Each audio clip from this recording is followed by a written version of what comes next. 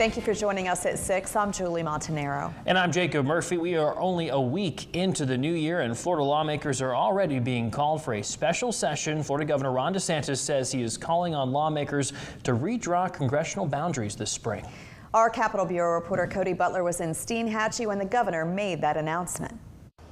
Governor Ron DeSantis announced that he's calling for that special session during a news conference here in Steinhatchee, awarding rural infrastructure grants. He says that April is the perfect time to address the congressional boundaries because it gives the Supreme Court a chance to issue a ruling. That's going to affect the validity of some of these districts nationwide, including some of the districts in the state of Florida. U.S. House districts are typically redrawn once a decade, immediately after a census. But with a proclamation issued Wednesday, Governor Ron DeSantis is forcing state lawmakers to consider redrawing congressional maps this spring. He says the context of congressional districts is different than when he signed the current maps into law back in 2022. I think at that time we didn't have a sound expectation that deviating from that previous understanding would have meant that the map would have been upheld. Now I think you're probably in a situation where the map can't be upheld. House Minority Leader Frances Driscoll says she's not buying that argument. Our state has seen population growth for the last century, and it has never caused us to redraw the maps in the middle of the decade. It has never caused us to redraw the maps absent a census. Redistricting work is already being done in the lower chamber with a dedicated committee meeting twice ahead of next week's regular session.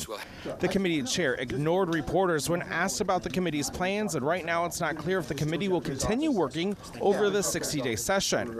Political analyst Susan McManus says redistricting outside the usual cycle will add even more time to an already lengthy process, especially for the maps to be in place for the November election. Then you have to anticipate that whatever map they come up with, it will be contested, so you have to add to that the court. McManus says there's only one reason to do it now. This redistricting is drawn primarily in response to the president's request to bone up the representation of Republicans in the U.S. House. This will cause problems since Florida has a constitutional amendment banning political gerrymandering. At the end of the day, no matter what they do on these maps, no matter what happens at the end, the people are frustrated. Now, this announcement comes just a few days before the regular session begins. That starts on Tuesday. In Steinhatchee, I'm Cody Butler reporting.